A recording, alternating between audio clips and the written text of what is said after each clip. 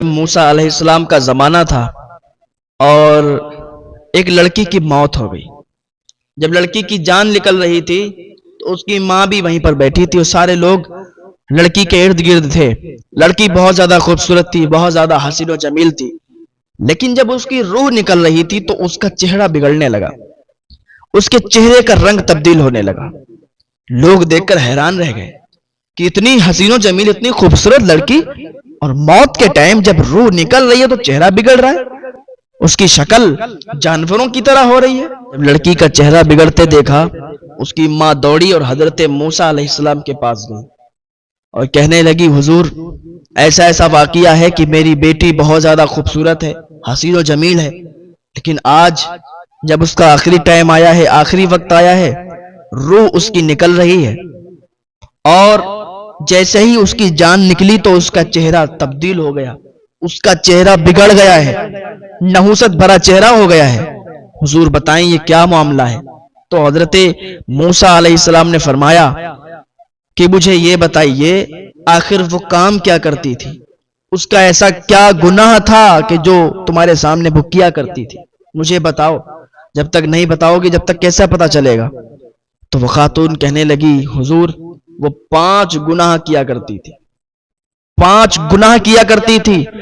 ہو سکتا ہے، مجھے لگتا ہے کہ انہی گناہوں کے سبب، انہی گناہوں کی وجہ سے اس کا چہرہ ایسا بگڑ رہا ہے، اس کا چہرہ نحوست بھرا ہو گیا ہے۔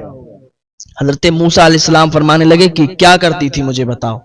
تو وہ عورت کہنے لگی، حضور پہلا گناہ تو اس کا یہ تھا، حسین و جمیل تو وہ بہت تھی، لیکن سنگار کرتی تھی، میک اپ کرتی تھی، اور میک اپ کر کے باہر نکلتی تھی، سنگار کر کے باہر نکلتی تھی، بالوں کو کھول دیتی تھی، دوپٹے کو گھر پہ رکھ دیتی تھی۔ وہ اس لیے نکلتی تھی میک اپ کر کے، دوپٹے کو گھر پہ رکھ کے، تاکہ گلی محلے کے لڑکے اسے دیکھیں، دوسرے لڑکے اسے دیکھیں تو اس پر فدا ہو جائیں، اس پر فریبتہ ہو جائیں۔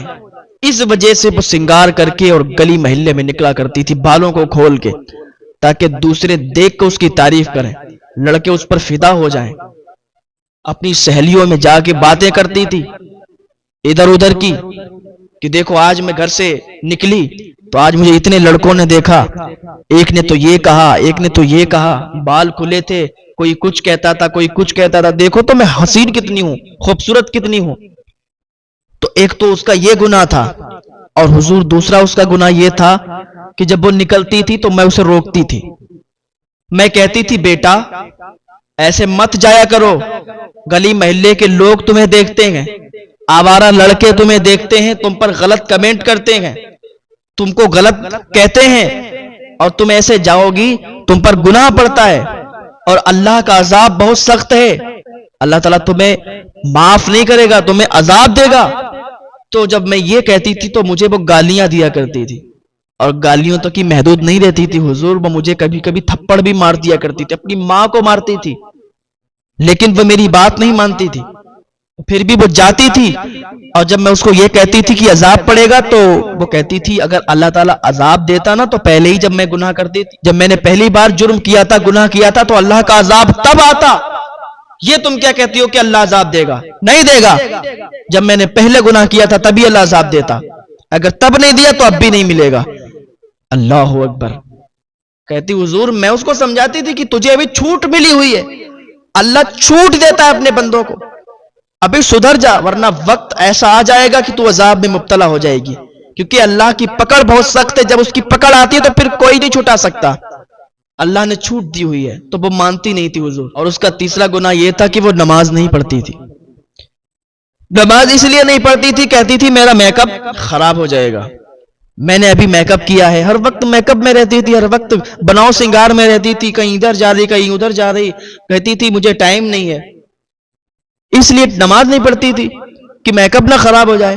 اے میری بہنوں، اللہ کو راضی کرنے پر لگو، دنیا ایک دھوکہ ہے، دنیا کی چیزیں یہیں رہ جائیں گی، ساری دنیا ختم ہو جائے گی، تمہیں اللہ کو منہ دکھانا ہے، تمہیں اللہ کے سامنے حاضری دینا ہے، اس وقت جب تم سے سوال ہوگا کہ تم لائی کیا ہو، کون سا تحفہ لائی ہو، تو کیا دکھاؤ گی؟ ہاں، تو دنیا کی باتوں میں نہ آئیں، اللہ کی عبادت میں لگ جائیں۔ اور کہا حضور اس کا چوتھا گناہ یہ تھا کہ وہ اللہ کی ناشکری کرتی تھی. کوئی بھی چیز اسے ملتی تھی، کوئی بھی چیز اسے ملتی تھی تو وہ اللہ کا شکر ادا نہیں کرتی تھی. اور یہ بہت بڑا گناہ ہے. کوئی بھی چیز آپ کو ملے، کبھی خوشی ملے یا کبھی غم بھی آپ کو ملے، تب بھی اللہ کا شکر ادا کرو کہ اللہ جس حال میں رکھ رہا ہے اللہ تعالیٰ بہتر کر رہا ہے. جو بھی اللہ کرے گا بہتر کرے گا، جو بھی ہوگا بہتر ہوگا. تو اللہ کا شکر ادا کرو، اللہ کی ناشکری نہ کرو، کیونکہ اللہ تعالیٰ کی جو ناشکری کرتے ہیں وہ اللہ کو پسند نہیں. جو اللہ کا شکر ادا کرتے ہیں اللہ تعالیٰ ان سے راضی رہتا ہے. تو اے میری بہنوں، اے میرے بھائیوں، اللہ کا شکر ادا کرتے رہا کرو. وہ عورت کہنے لگی حضور اس کا 5واں گناہ یہ تھا کہ وہ غیبت کرتی تھی. جس کے پاس بیٹھتی تھی اس کی چگلی کرتی تھی، کہیں اس کی چگلی کہیں اس کی چگلی، دو لوگوں میں لڑائی کروا دیتی تھی، بعد میں تماشا دیکھتی تھی. ایک کے پاس بیٹھی ہے تو اس سے وہاں سے اٹھ کے اور دوسرے کے پاس جب بیٹھتی تو اس کی چگلی کرتی. تو یہ 5 گناہ کرتی تھی. اور آج جب وہ مر رہی ہے اس کا چہرہ بگڑ گیا ہے، اس کا چہرہ ناپاک جانوروں کی طرح ہو گیا ہے. حضور آپ مجھے بتائیں یہ کیسے ہوا؟ حضرت موسیٰ علیہ السلام نے فرمایا یہ جو 5 گناہ کرتی تھی اسی کی سبب اسے یہ عذاب آیا ہے کہ اس کا چہرہ بگڑ گیا ہے اور اس کے جسم سے بدبو آ رہی ہے. دنیا میں تو تم نے ہی دیکھا ہے، تم لوگوں نے دیکھا ہے، تمہارے رشتہ داروں نے دیکھا ہے کہ اس کا چہرہ بگڑ رہا ہے، اس کے جسم سے بدبو آ رہی ہے. لیکن جب یہ اب قبر میں جائے گی، جب یہ دفن ہوگی تو قبر کا عذاب پھر اس کا بہت زیادہ ہوگا. سانپ، بچھو، کیڑے نوچ نوچ کر اس کی ہڈیوں کو بھی چبا جائیں گے، اس کی ہڈیاں بھی چکنا چور ہو جائیں گی. اس کے جسم کے ایک ایک گوشت کو ایسے سانپ، بچھو، کیڑے نوچ نوچ کر کھائیں گے.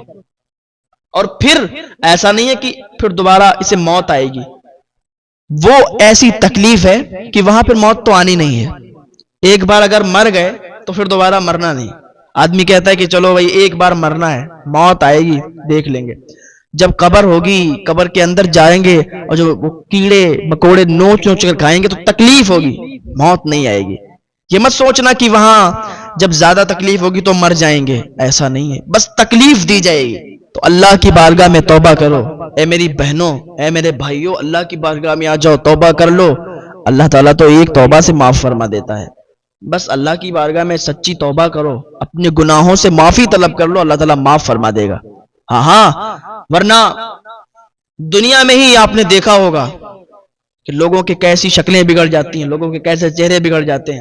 اور دنیا میں ہی آپ نے دیکھا ہوگا کئی لوگوں کو کیسے عذابات دنیا میں ہی شروع ہو جاتے ہیں، دنیا میں ہی لوگوں پہ عذاب آ جاتے ہیں. تو اگر عذاب سے بچنا ہے تو اللہ کی بارگاہ میں آنا ہوگا، عذاب سے بچنا ہے تو اللہ کی طرف آ جاؤ، اللہ کی طرف آ جاؤ، اللہ تعالیٰ معاف فرما دے گا. ابھی توبہ کے دروازے کھلے ہوئے ہیں، پتہ نہیں کب توبہ کا دروازہ بند ہو جائے اور پھر توبہ کی توفیق بھی نہ حاصل ہو. آئیں اللہ کی بارگاہ میں دعا کریں، اللہ تعالیٰ